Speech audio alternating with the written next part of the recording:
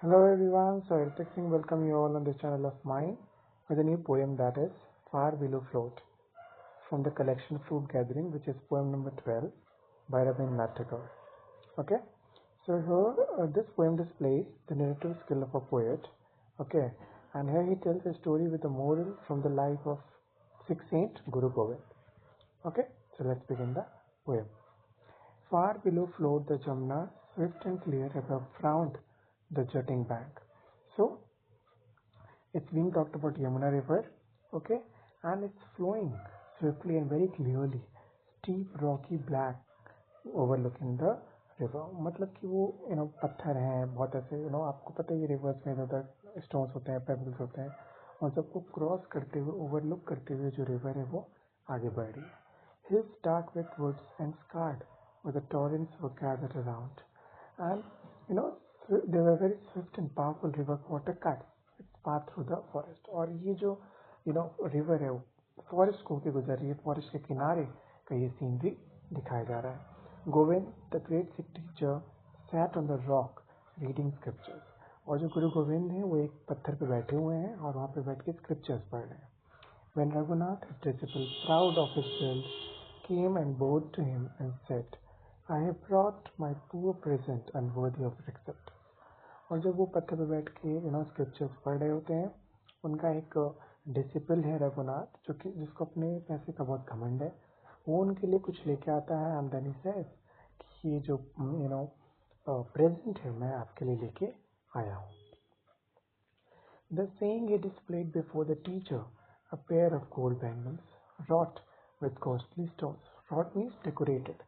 So जो वो रघुनाथ था उसने निकाले दो बैंगल्स, ओके, गोल्डन बैंगल्स जिसपे कॉस्टली स्टोन्स भी लगे हुए थे, और दोनों बैंगल्स उसने गुरु गोविंद को दे दिया. The master took up one of them, twirling it round his finger, and the diamonds darted shafts of light. तो जो मास्टर थे उन्होंने उसमें से एक बैंगल लिया और अपनी उंगली पे से नचाने लगे, एंड जो उस कंगन पे जो डिफरेंट तरह के स्टोन्स लगे हुए थे वो अपने लाइट्स को शाफ्ट कर रहे थे, रिफ्लेक्ट कर रहे थे. Suddenly it slipped from his hand and rolled down the bank into the water. और वो अचानक से उनके उंगली से स्लिप हो जाता है और वो जाके गिर जाता है पानी में, रिवर में.